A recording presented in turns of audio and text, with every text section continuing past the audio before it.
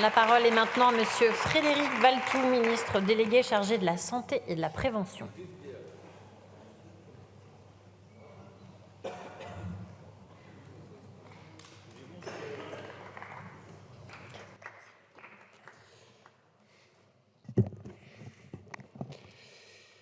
Madame la Présidente, Madame la Présidente de la Commission des Affaires sociales, Monsieur le rapporteur, cher Pierre Dharréville, Mesdames et Messieurs les députés. Créée en 1945, la sécurité sociale est, je cite, la garantie donnée à chacun qu'en toutes circonstances, il disposera des moyens nécessaires pour assurer sa subsistance et celle de sa famille dans des conditions décentes. La sécurité sociale fait partie de l'identité de la France. Elle est présente chaque jour, ça a été rappelé par Pierre Dharréville, elle est présente chaque jour dans notre quotidien. Elle est le fruit de l'histoire moderne de notre pays. Et je partage, comme vous, un attachement particulier, indéfectible, à cette institution emblématique qui incarne, plus qu'aucune autre, les valeurs de solidarité et de justice sociale de notre République. La sécurité sociale est bien plus qu'un simple mécanisme financier. Elle est le pilier de notre cohésion sociale, le pilier de notre cohésion nationale, le garant de la dignité de chacun de nos concitoyens face aux aléas de la vie. Depuis sa création en 1945, la sécurité sociale a été une réponse courageuse et visionnaire à la nécessité de protéger les travailleurs et leurs familles contre les risques de la maladie, contre les risques de l'accident, contre la vieillesse et le chômage. Pierre Laroque, l'un de ses pères fondateurs, disait, et je le cite, « Il ne s'agit pas seulement de faire face aux risques sociaux, mais de bâtir une société plus humaine. » C'est cette ambition qui nous guide encore aujourd'hui. La France bénéficie aujourd'hui d'une protection sociale inégalée. Rendons-nous compte, de ce privilège. Soyons conscients de ce que représente la sécurité sociale, alors même que pour certains, elle n'est synonyme que de guichet ou de déficit. Soyons fiers de faire vivre ce modèle si précieux. La sécurité sociale est si ce n'est le plus important de nos services publics. Par le montant qui lui est consacré chaque année, je veux rappeler qu'en 2024, ce sont près de 640 milliards d'euros qui sont alloués au budget de la sécurité sociale. C'est un investissement massif et indispensable. Par l'universalité des personnes qu'elle protège, c'est-à-dire tous les Français, et surtout par ses valeurs et ses principes fondamentaux que nous devons préserver avec vigilance, la solidarité, l'universalité et la redistribution. En tant que ministre de la Santé et de la Prévention, je suis comme vous profondément attaché à ces valeurs. Elles sont le socle de notre modèle social et l'assurance que chaque Français, quelle que soit sa situation, pourra accéder à des soins de qualité.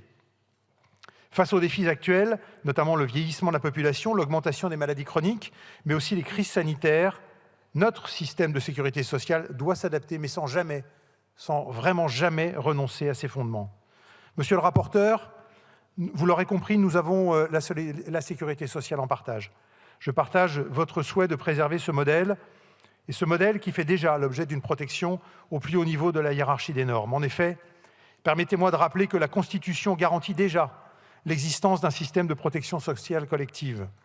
Elle prévoit d'ailleurs l'existence de la sécurité sociale explicitement à l'article 34 et implicitement dans les articles relatifs aux lois de finances de la sécurité sociale, c'est-à-dire les articles 39, 42 et 47-1. Le préambule de 1946, dans ses alinéas 10 et 11, qui fait partie du bloc de constitutionnalité, garantit également de manière explicite l'existence en France d'un système de protection sociale.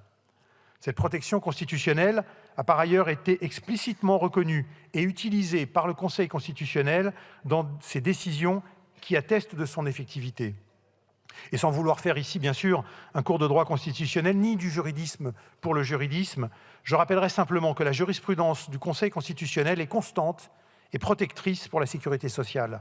Qu'il s'agisse de la vieillesse, de la maladie, d'accidents du travail ou encore de famille, le Conseil constitutionnel s'est montré très clair, garantissant notamment, et je le cite, la mise en œuvre d'une politique de solidarité nationale en faveur des travailleurs retraités ou encore le droit à la protection de la santé, et ce de manière permanente. Par ailleurs, la rédaction telle que proposée ici serait en elle-même d'une portée très ambiguë et a priori sans effet. Le principe d'institution fondamentale que vous évoquez n'est pas présent dans la Constitution. Il s'agirait donc d'introduire une nouvelle notion de nature à créer une hiérarchie entre les institutions de la République.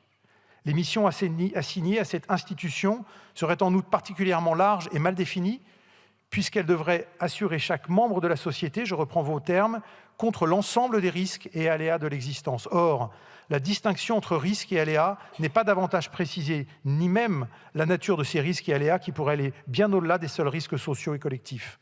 La rédaction renvoie enfin directement au principe des 10e et 11e alinéas du préambule de la Constitution de 1946, dont elle doit concourir particulièrement à la mise en œuvre. Pourtant, ce renvoi n'a aucune plus-value puisque ces principes existent déjà et ne seraient pas modifiés. Enfin, je veux dire que la rédaction prévue par cette proposition de loi constitutionnelle, qui, je le rappelle, a pour ambition d'imposer à la fois une forme et un niveau de garantie sociale via la Constitution, présente certains effets de bord qu'il ne faut pas sous-estimer. En effet, la constitutionnalisation de la sécurité sociale, telle qu'envisagée ici, pourrait impliquer la couverture de tous les risques par l'assurance maladie obligatoire, ne laissant plus de place aux assurances maladie complémentaires, telles que prévues à l'article 18 de l'ordonnance du 4 octobre 1945. Or, cela est contraire à la nécessaire conciliation avec les libertés économiques également garanties par la Constitution.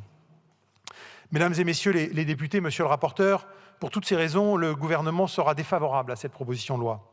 Cela ne veut pas dire pour autant que ce débat doit être clos.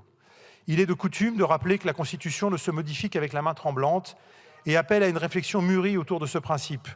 Nous avons, je le disais, la sécurité sociale en partage et les Français rappellent régulièrement leur attachement profond à notre système de protection sociale. Le gouvernement, s'il est donc défavorable à cette proposition de loi, salue l'initiative du rapporteur et partage son attachement à la sécurité sociale en tant qu'institution pilier de notre République. Merci beaucoup. Je vous remercie. La discussion générale peut commencer.